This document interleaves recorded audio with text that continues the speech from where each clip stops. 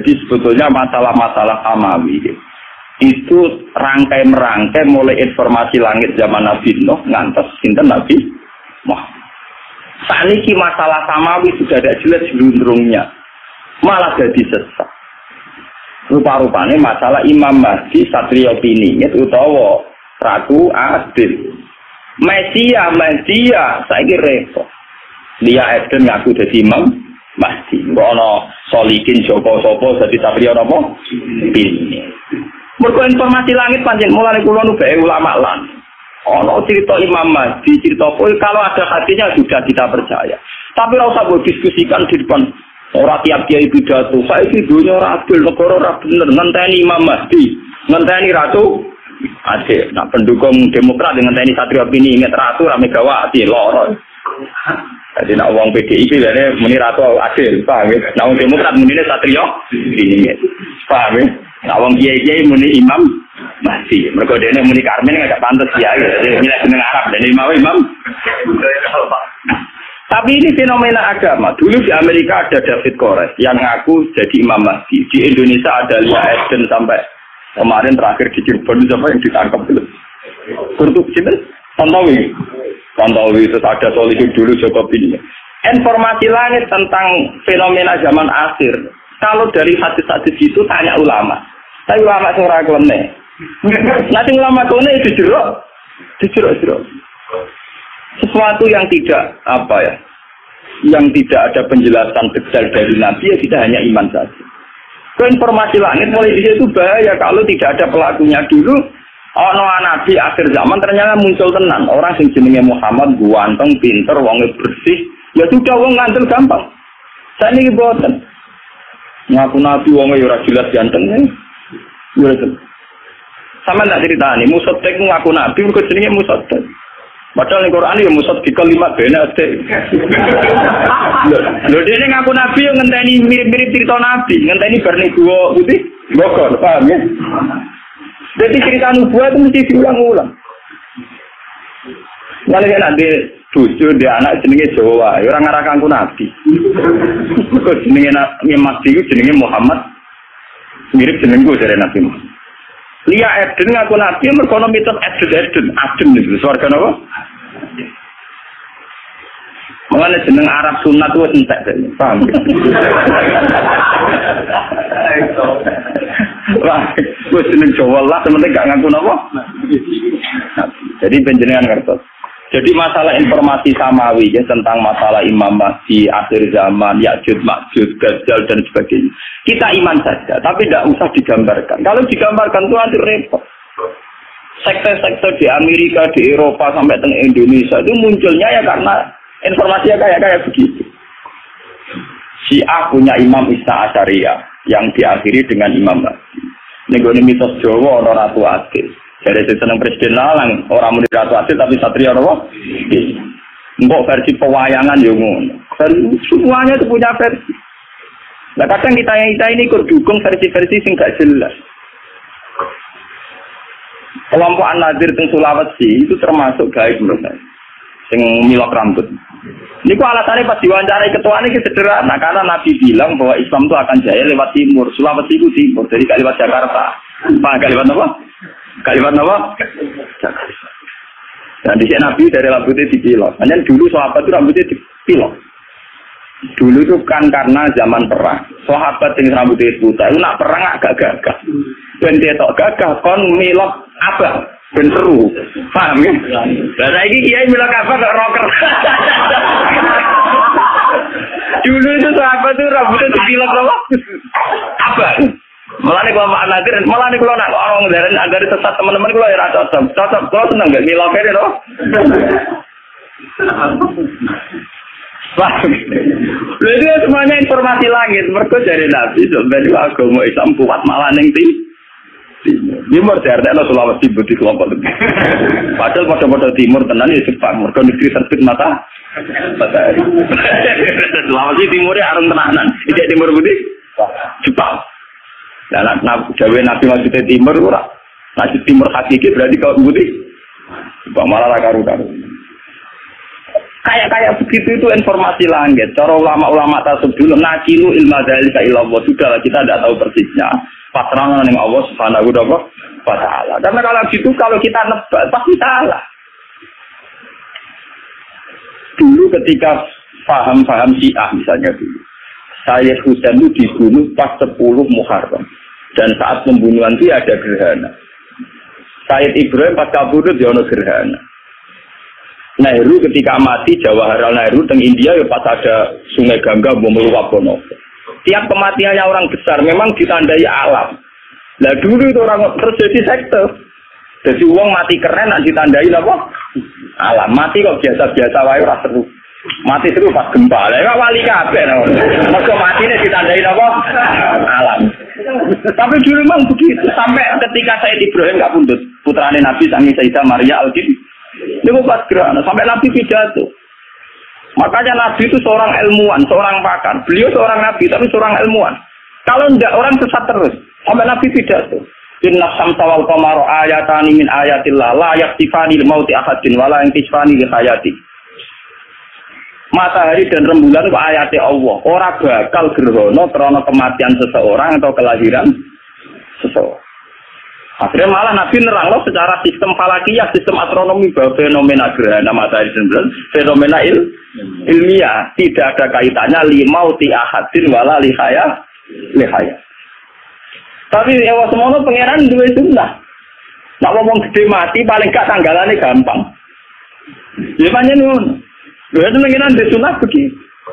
Kenapa Sayyid Husain mati ini Pasuro? Hal yang mudah dikenal orang Islam. Di tanggal 10 apa? Muharram. Itu kan luar biasa. Sama dengan peristiwa-peristiwa besar dunia. Musa selamatkan Fir'aun di tanggal 10 Muharram. Nabi Ibrahim dibakar Namrud di pas 10 Muharram. Semua peristiwa besar dunia 10 Muharram. Lalu dan Husain dibantai ya pas 10 apa? Nah, akhirnya orang Jawa serati peristiwa gede, ngubah keris. Sementing orang yang dikenak. Tapi sebetulnya ada sejarahnya. Secara silsilah ada apa? Ini adalah kesalahan.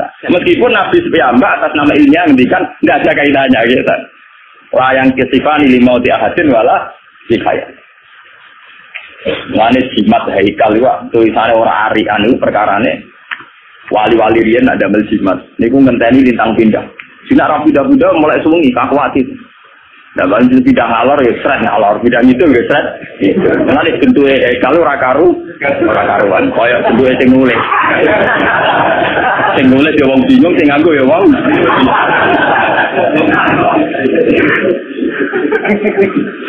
Enggak ini wis ruwet, paham ya? Kok ditulis dicetak api rapati mandi, repot. Ilmu kok ngenteni keliru nulisnya. Bersamaan nggak sih? Jadi masalah-masalah samawi itu masalah yang harus dipecahkan lewat pelakunya. Kalau tidak hanya menjadi mitos yang menyesat.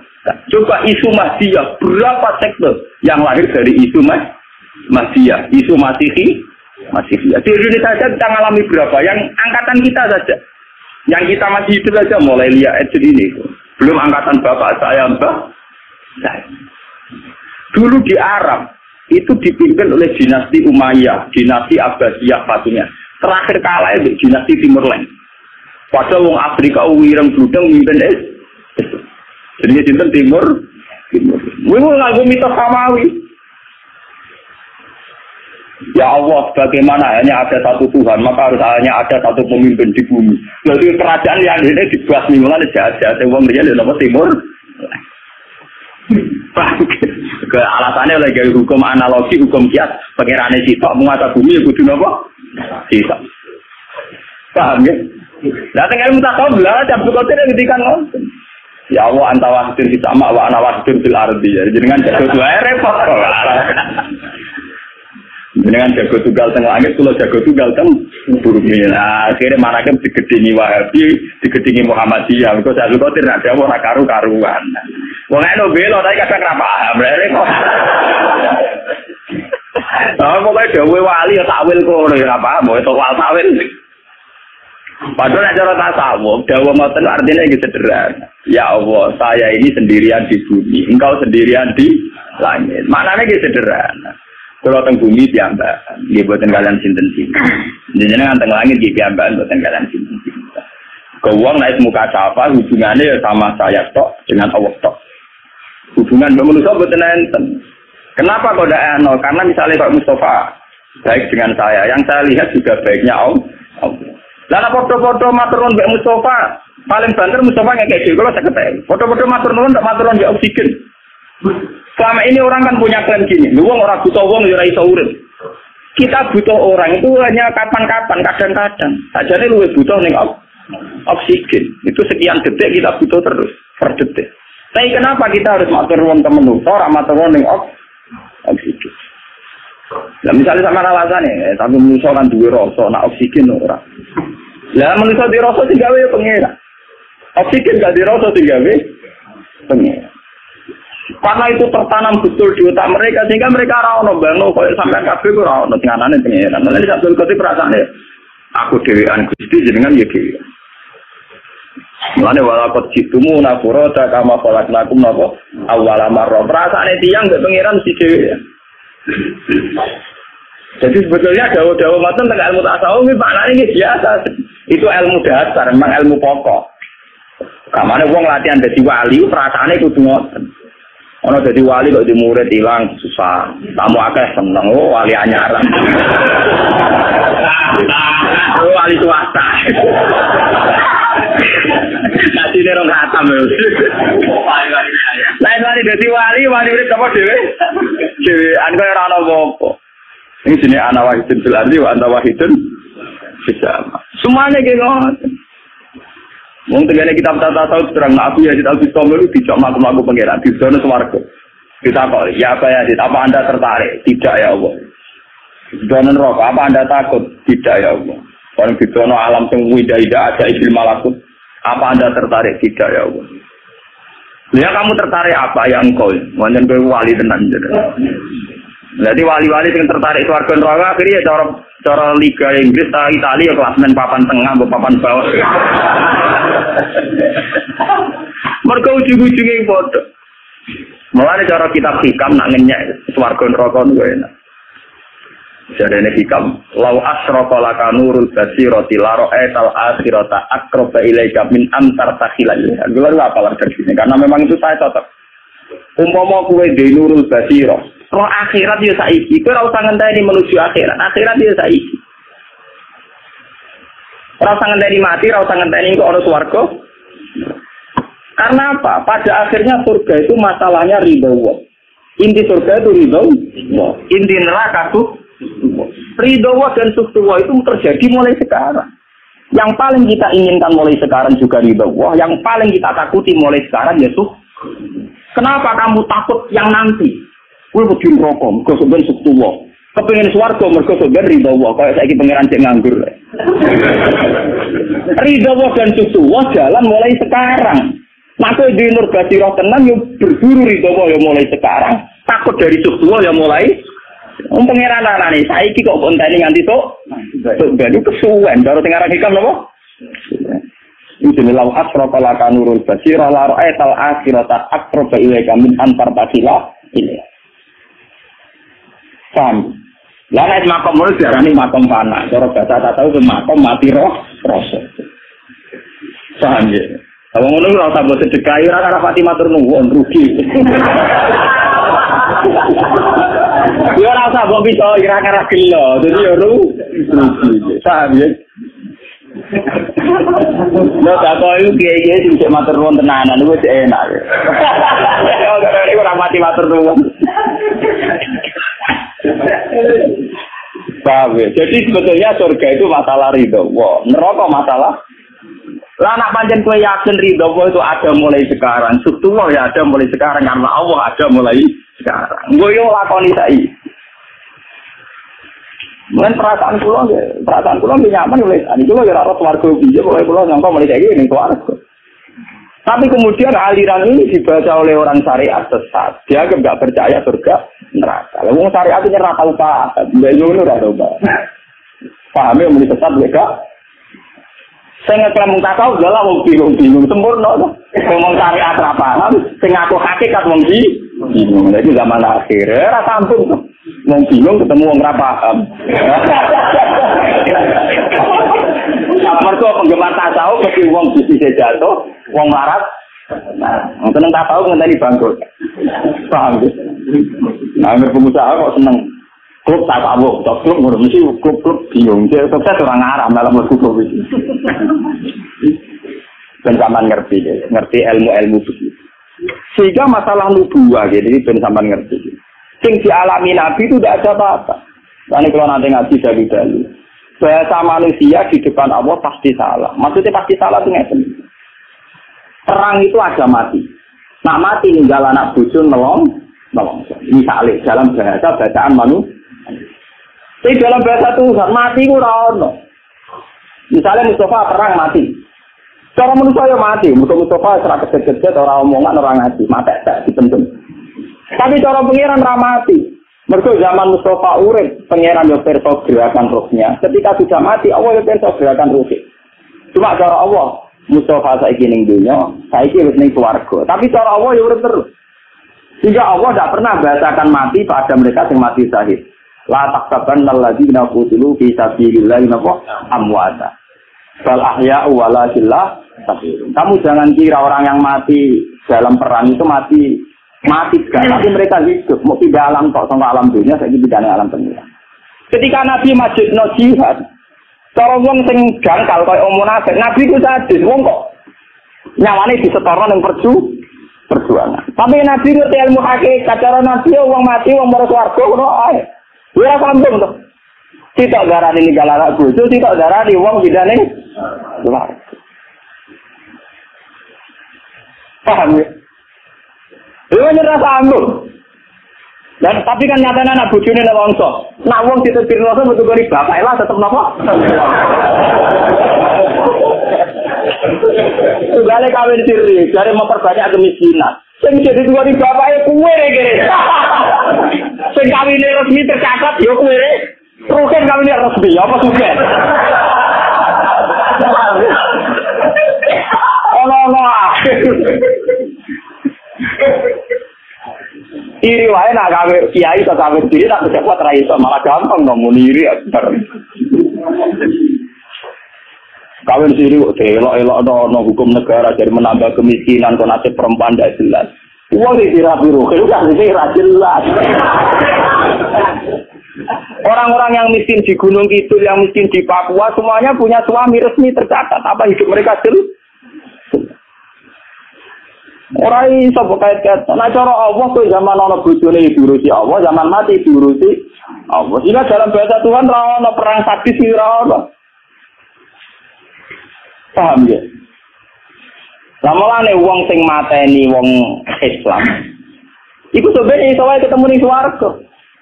Jadi iso wae Said Hamzah sampeyan matur nuwun ndek waktu. Mereka mempercepat mudune napa? Mulai ana cerita dari Kanjeng Nabi tahu cerita. Pangeran iku guyu, ana wong saling bunuh kok akhirnya guyon ning swarga. Niku napa ya Rasulullah? Yaktu hadza fayamutu syahidan fayadkhulun jannah. Wa yatubu hadza fayaqtulu syahidan fayakunu fil jannah. Contoh gampang ya Wahsi. Said Hamzah dibunuh Wahsi pol swarga. Wahsi masuk Islam perang mati saja pol napa? Swarga. Ketemu ning swarga. Swarga ana jenderal. Ngopi bareng.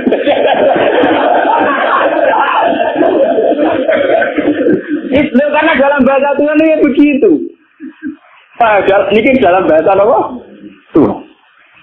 Mana bahasa yang manusia berpengiran itu lah tahtaban alladziina qutilu fi sabilillahi amma ta istilah Quran bal ahya'u walakinna tashurun. Mereka itu hidup cuma kamu tidak tahu. Malah manusia mesti goblok. Wong darane urip Mustafa mergo ngalor ngidul ngetan ngulon mangan doyan opo ae darane urip. Nah cara pengiran juga jasad itu gak penting, sementing ruhe. Ketika Mustafa mati ya dipenting jasad ruhe mau pindah ngoten. Roh enggak pernah mati. Mulane ra ono ning Quran hadis roh mati wae selalu naka anir roh kulir roh komit amri nopo. Urusan roh ora ono urip ora ono mati. Cuma ruhe-ruhe saiki jane ruhe ning jasad ruhe. Dari ku yo pindah. Tapi ra ono napa? Lah pangeran karena perso pergerakan roh, pangeran ra tau darani ono wong mati. Sing mati jasad. Nah tentu manusia itu kan sadis ketika melihat kematian soal sesuatu yang ekstrim. Mulai pangeran juara nikah, nak pas gawe tsunami gempa, acara pangeran yang mindah masal itu warga ngono. Sederhana, dari cara pangeran apa? Daripada sisa-sisa kesuwen rombongan. Lepas ini betul gue tapi ada bang ilmunya ini wajar betul kan? Ini kau kulon biasanya arolas mulutan ini wonten waktu setengah jam. Jadi ini kuatin seperti nyanyi mulutan loh nopo. Itulah nyata nih. Dalam banyak hal pulau acara-acara Maulidiyah yang pakai terbangan atau apa itu sebenarnya ada sanatnya. Cuma saat berlebihan ya tidak baik. Barangnya tak berlebihan ya tidak. Dari merameni wong terbangan. Suaranya elek ngerameni. Akhirnya wong sampai seneng Nabi gak bisa. Musik Israel nak ngerbana untuk ngalor gitu. Kayak jam 12. Dia cara Quran nak bunyi dari tas kunufi bunyi wayaan. Itu tetap melayani filosofi Quran. Kalau betul cocok. Kalau kita tidak mengajar, kita tidak ada kalau tidak mengajar buku. Ini pulau terkenal ragam tidak ada mulut tidak. Usume kiai bosok kan mulut. Semua kayak tahu. Pulau suwon pengajian jenis. Ya orang tahu ngaji sini. Mana jenengan Rino lah, Rino wayang kerja. Enggak ada itu. Pengajian bunyi ngerameni Rino di orang Islam nganggur gitu. Ini ngawatan sore. Omam di Jepor. Wah rapat sore ratu kok waktu nak berangkat.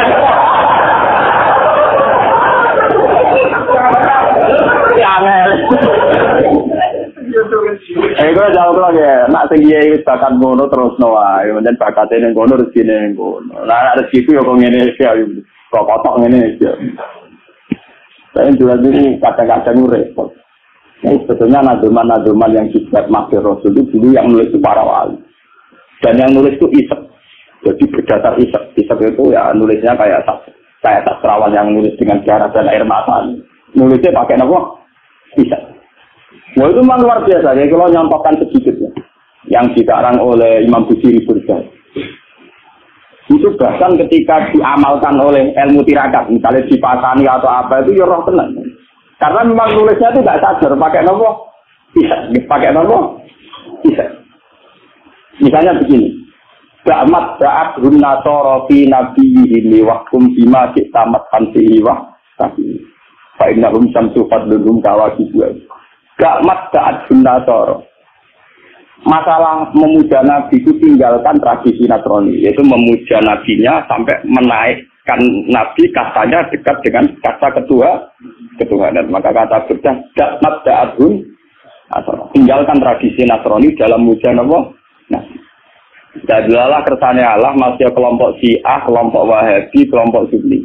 Mesti sing dipuji Nabi sisi perjuangan. Nabi tahu diduduki nganti berdarah, Nabi perang nganti berluka. Dengan sisi-sisi kemanusiaan Nabi luka berdarah, kita anak Nabi ini unggulnya karena berjuang demi Allah. Bukan punya keunggulan yang mendekati Ulia, misalnya Isa terbang. Mungkin anak pangeran tak pantas dipendem ning bumi, pantasnya dipendem ning langit. Repot kok. Ngelem tapi akhirnya meleset. Jadi nah Nabi Muhammad kan boten. Semua penggila atau penggemar Nabi Muhammad dengan jagat-jagat itu. Nah ngelem mesti unsur perjuangan. Sia-sia wong kafir, diusir, dilukai. Justru semua maksudnya seputar kemanusiaan. Nah, lapat-lapat yang diberjanji di Hibah, di Maulid itu kayak itu. Ini apa? Gakmat, ga'adun, nasol. Karena sampai kalau saya kepleset kayak tragedi, nasol. Itu ngelem Nabi Isa berlebihan nganti menyentuh arah ulu. Itu misalnya nganti mati, jadi ini diangkat ning langit. Repot. Mulane kiai-kiai sing fanatik itu pusing. Kasus salah berkudus. Kiai ini kuwotok fanatik. Angger ana tanggal tertentu dari kenaikan Isa Al-Masih. Bahasa nasional kenaikan Isa Al-Masih. Pusing kan. Ditulisi kenaikan kok malah iman apa? Kenaikan lagi ditulisi jadi bahasa nasional kenaikan Isa Al-Masih. Nanti ketemu kula. Wafatnya Isa Al-Masih yo bingung dari Nabi Isa juga. Wis dadi bahasa nasional ana tanggal wafatnya, tanggal lahir, ana tanggal kenaikan. Jadi kalender Islam bingung supaya tanggal itu. Namun wafatnya yo dene ora iman, nak iku wafat. Muni kenaikan dene ora pati yakin nak naike kaya versi Nasrani. Muni kelahiran dene yakin. Ndak tenan Yesus dilahirkan 2 Desember. Malah itu bingung. Biasanya kalender tertentu yang mikir kota-kota mesti bahasa itu gak waduh bahasa nasional, mungkin ini hindari. Biasanya itu yang katanya, ya repot. Apa kalender yang katanya repot? Jadi ini khawatir. Penerbit itu khawatir bela apa? Bela iman. Sementara orang Islam berarti kalender ngono, misalnya penobatan Muhammad jadi nabi kan gak ada. Mau lidur Rasul. Tahun baru Hijriah Islam. Nah, Kristen kan bisa kabeh kenaikan wafat sama apa? Geladi. Nah, kalau dari Islam mesti tadi percaya. Masa aku tulis kata aja.